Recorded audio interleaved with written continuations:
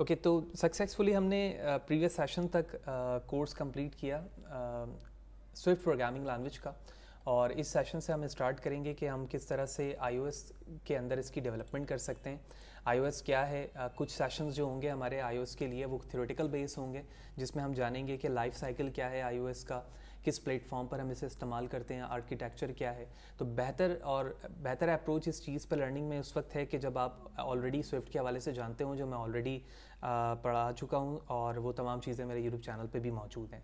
तो सबसे पहले हम स्टार्ट करते हैं कि एक्चुअली iOS को डेवलप करने के लिए या iOS एप्लीकेशन को डेवलप करने के लिए आईफोन के हमें किन किन बेसिक प्री रैक्विजिट की ज़रूरत है, यानी क्या क्या चीज़ें हमारे पास होनी चाहिए और हमें आनी चाहिए जिसके बेस पर हम iOS फ़ोन की डेवलपमेंट कर सकते हैं। तो सबसे पहले स्लाइड पे प्री रैक्विजिट में स्विफ्ट लिखा हुआ है, which mean you have to learn about and you have a great idea about Swift programming language कि स्विफ्ट क्या है, उसके सिंटैक्स क्या हैं, किस तरह से उसमें वर्किंग होती है।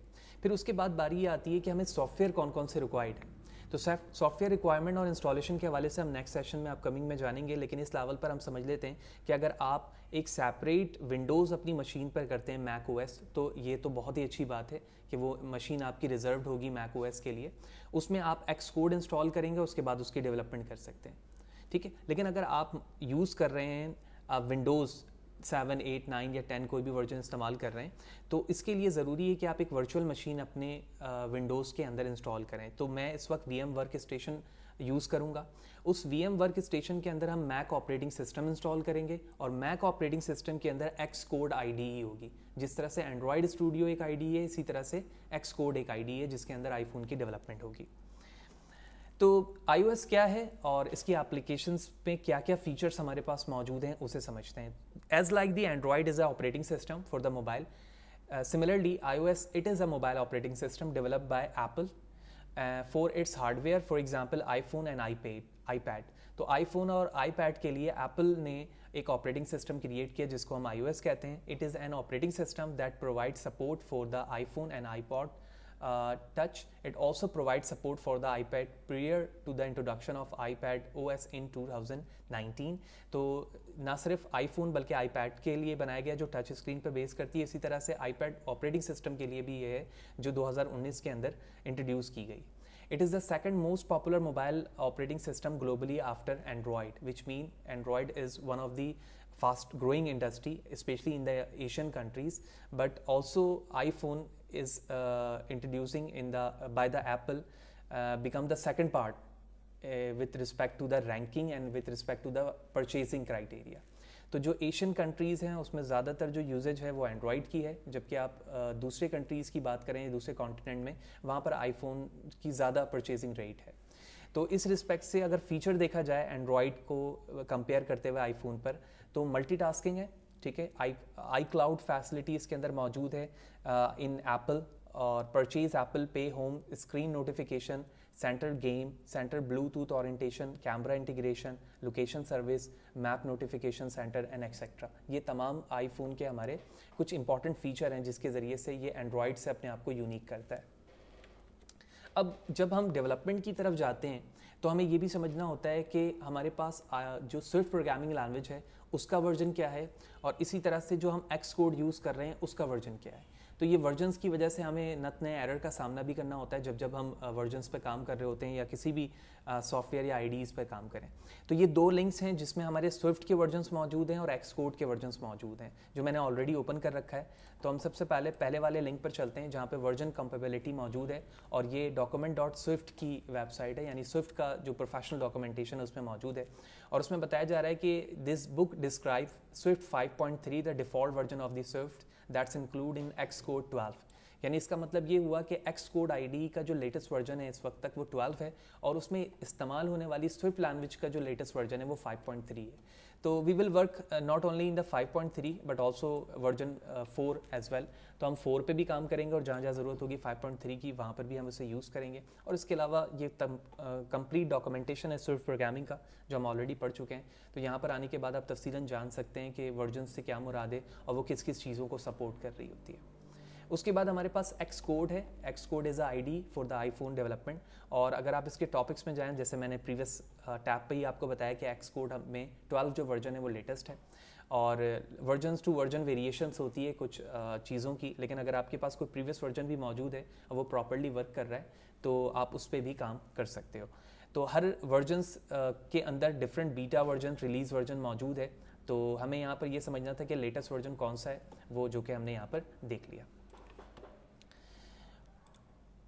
उसके बाद बारी इस बात की आती है कि एक्चुअली हम अपने वर्चुअल मशीन को क्रिएट करने के बाद एक्सकोड पे प्रोजेक्ट कैसे बनाते हैं। ठीक है, तो प्रोजेक्ट बनाने के लिए यहाँ पर एक स्नैप मौजूद है, लेकिन मैं इसको रियल पे दिखाना चाहूँगा। तो यहाँ पर मैंने VM वर्क स्टेशन जो कि हमारी वर्चुअल मशीन है, मैंने उसे ओपन कर रखा है, और ओपन करने के बाद आप यहाँ पे देख रहे हो कि एक्सकोड इसमें इंस्टॉल्ड है। ठीक है, तो ये एक वर्चुअल मशीन है, मैं इसको मैक्सिमाइज़ कर लेता हूँ पूरी स्क्रीन पर और एक्सकोड पर डबल क्लिक करता हूँ, तो इस तरह से मेरे पास स्क्रीन आती है।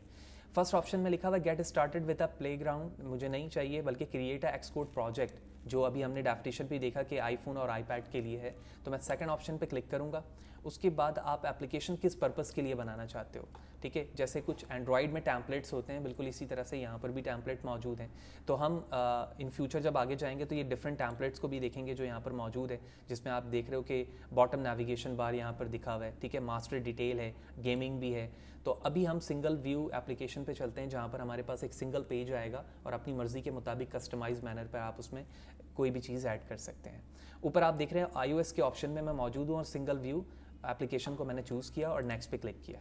नेक्स्ट पे क्लिक करने के बाद यहाँ पर पूछा जा रहा है आपसे प्रोडक्ट का नाम, यानी इसका मतलब ये है कि जो मैं एप्लीकेशन क्रिएट कर रहा हूँ उसका नाम क्या है। तो मैंने इसका नाम रखा फॉर एग्जांपल demo_1।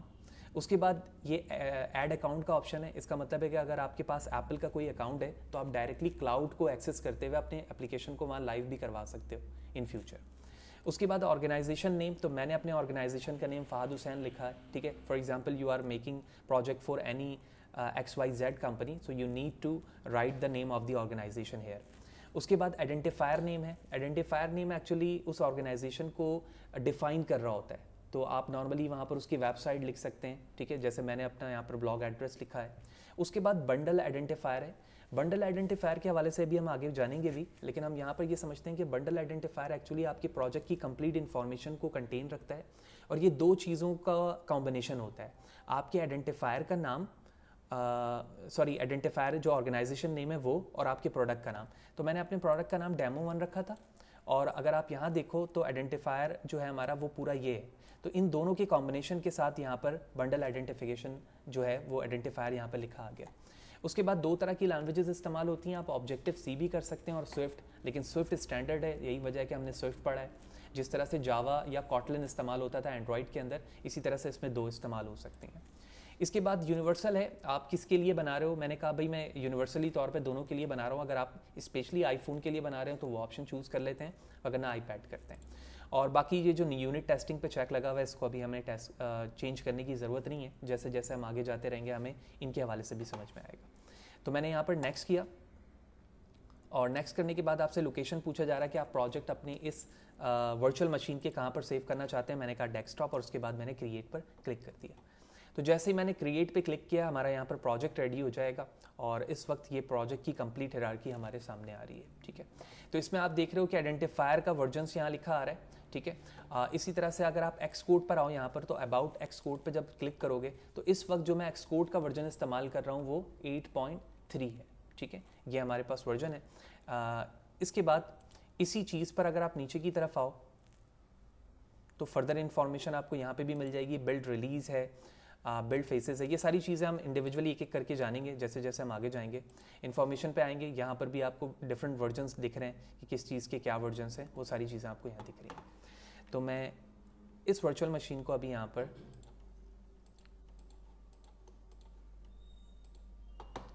मिनिमाइज़ करता हूँ और दोबारा अपने स्लाइड पर हम वापस आते हैं। तो हमने यहाँ पर अभी तक ये देखा कि एक प्रोजेक्ट बनेगा किस तरह से और उसकी विजुअलाइजेशन हमें किस तरह से दिख रही होती है वर्जन्स वगैरह की। अब हमें समझना है कि वो ऐप बंडल जो था, जो हमारे प्रोजेक्ट आइडेंटिफायर और नाम के साथ बन रहा था, एक्चुअली वो है क्या। सो स्लाइड पे बताया जा रहा है कि typical iOS application bundle contains the application executable, यानी जो चीज़ एग्जीक्यूटेबल फाइल पर बन रही होती है वो इसके अंदर मौजूद होती है। And any resources use by the application, और जो जो रिसोर्सेज को वो यूज़ कर रही है वो उसके अंदर मौजूद है। जैसे for example the application icon, आपकी एप्लीकेशन की आइकन क्या है, other images, localise content in the top level bundle directory etcetera, ये तमाम चीज़ें उसमें मौजूद है। Also a bundle identifier your target that is the app that you have building in Swift, that the basic definition, the bundle identifier is constructed automatically by Xcode from your organization identifier and your product identifier। जाहिर सी बात है वो automatically create हो रही है दो चीज़ों के कॉम्बिनेशन के साथ, और वो तमाम उन चीज़ों को कंटेन कर रही है जो एप्लीकेशन के एग्जीक्यूट होने के बाद सेव हो रही हैं, या आप अपने एप्लीकेशन में कोई इमेज या इंस्टेंस यूज़ कर रहे हो, वो तमाम चीज़ें उसके अंदर मौजूद हैं। तो जो चीज़ें अभी हमने पहले वाली स्लाइड पे देखी वही चीज़ यहाँ पे भी है। एग्जीक्यूटेबल जो फॉर्मेट है वो इसके अंदर मौजूद है। इंफॉर्मेशन प्रॉपर्टी है जो लिस्ट के फॉर्म पर हैं वो इसके अंदर मौजूद होती हैं। जो स्क्रीन्स आइकन्स हैं वो इसके अंदर मौजूद हैं। एसेट्स का जो फोल्डर होता है जिसके अंदर आप इमेजेस या फाइल्स वगैरह यूज़ करते हो वो तमाम के तमाम बंडल्स में सेव होती हैं। अब हम हिरार्की को देखते हैं फोल्डर की। तो फोल्डर की हिरार्की जो मैंने यहाँ पर हेडिंग लिखी हुई है, ये चीज़ें हमें और भी बेहतर तरीके से उस वक्त समझ में आएगी जब हम यहाँ से देखें। तो आप यहाँ पर देख रहे हो, मैं थोड़ा सा इसको यहाँ मूव करता हूँ और मैं जूम करके दिखाता हूँ। तो आप यहाँ पर देख रहे हो कि ये मेरा फोल्डर है जो मैंने नाम रखा था डेमो का। इसमें हमारे पास लिखा हुआ है application delegates. Application delegates actually life cycle को रिप्रेजेंट करती है, ठीक है। इसके बाद हमारे पास व्यू कंट्रोलर है। व्यू कंट्रोलर से मुराद ये है कि जहाँ पर मैं अपना बैक हैंड का कोड लिखूंगा। उसके बाद हमारे पास मेन स्टोरी बोर्ड है जो हमारी यूआई है। उसके बाद एसेट का फोल्डर है जिसमें चीज़ें रखेंगी, और लॉन्च स्क्रीन जो है ये भी हमारी यूआई का दूसरा एक व्यू है, ठीक है। जिस तरह से आप एंड्रॉयड के अंदर दो तरह से व्यू सामने कर लेते थे कि एक चीज़ जो है वो डायरेक्टली प्रोडक्ट को दिखाती थी व्यू को, और उस दूसरे तरफ जो है ना उसकी अलाइनमेंट दिख रही होती थी, ठीक है। उसके बाद हमारे पास इंफॉर्मेशन पी लिस्ट है, और अदर फिर यूनिट और टेस्टिंग के फोल्डर्स बनकर आए। तो असल जो हमारा फोल्डर है वो ये डेमो का है जिसके अंदर फ्रंट हैंड और बैक हैंड की तमाम चीज़ें मौजूद होती हैं। मैं इसे शो करता हूँ। तो सबसे पहले मैं ऐप डेलीगेट्स में आता हूँ। मैंने इस पर डबल क्लिक किया और ऐप डेलीगेट्स के अंदर ये तमाम फंक्शंस हैं जो इसके कंप्लीट लाइफ साइकिल को रिप्रेजेंट करते हैं कि आपकी एप्लीकेशन है वो कब बैक हैंड पे जाएगी, कब फोरग्राउंड पे जाएगी, कब टर्मिनेट होगी, वो सारी चीज़ें, ये चीज़ें हम चेक करेंगे। और ये एक क्लास है जिसको हम ऐप डेलीगेट कहते हैं। यहाँ से कैंसिल करते हैं, दोबारा आते हैं। ये रहा व्यू कंट्रोलर, मैंने इस पर डबल क्लिक किया, ये हमारा बैक हैंड है, ठीक है। इसे भी हम समझेंगे, कैंसिल करते हैं। उसके बाद ये रहा मेन स्टोरी बोर्ड जो कि यूआई के हवाले से मैंने बताया था, मैंने इस पर डबल क्लिक किया। तो जो कंप्लीट हमारी स्क्रीन होती है, ठीक है, क्योंकि जिस तरह से एंड्रॉयड में इमुलेटर होता है, iOS के अंदर सिमुलेटर उसे कहा जाता है। तो आप यहाँ देख रहे हो ये सिमुलेटर आ गया। आप अल्ट प्रेस करके इसको जूम इन जूम आउट कर सकते हो वर्चुअल मशीन पे, जैसे मैं कर रहा हूँ, और यहाँ से आप इसे मूव करके जहाँ चाहें सेट कर सकते हैं। यहाँ से कैंसिल करेंगे उसे। उसके बाद ये रहा एसेट का ये फोल्डर है जिसके अंदर आप इमेजेस वगैरह इन फ्यूचर जब हम इस्तेमाल करेंगे तो यहाँ पर ड्रॉप करेंगे, और यहाँ उसकी साइज़ इम्प्लीमेंटेशन दिखेगी कि किस तरह की इमेज के साइज़ को आप इस्तेमाल करने वाले हो या चाहते हो। उसके बाद लॉन्च स्क्रीन है, ठीक है। ये वही यूआई है जो मैंने अभी बताया था कि दो तरीके हैं सिर्फ यूआई को रिप्रेजेंट करने का, ये वही चीज़ है। उसके बाद हमारे पास इन्फो पी लिस्ट है, ठीक है, जिसके अंदर आपके तमाम इंफॉर्मेशन यहाँ पर विजुलाइज हुई हुई हैं कि बंडल वर्जन्स क्या है, बंडल नेम क्या है, वो सारी चीज़ें यहाँ पर आ रही हैं, ठीक है। तो ये कंप्लीट हिरार्की हमने यहाँ पर समझी। अब मैं वही चीज़ डेफिनेशन से आपको समझा रहा हूँ जो इस स्लाइड पे हमारे पास मौजूद है। तो main story board which mean complete UI.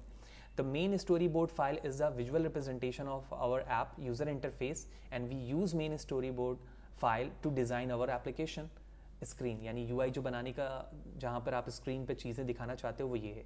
View controller file is used for our implementation portion where we write our code, and our view controller.swift file will be like as shown below। यानी जो अभी मैं वहाँ पर already आपको दूसरी screen पे virtual machine के दिखा चुका हूँ, यानी बैक हैंड पे जो आप काम करोगे वो ये फाइल है।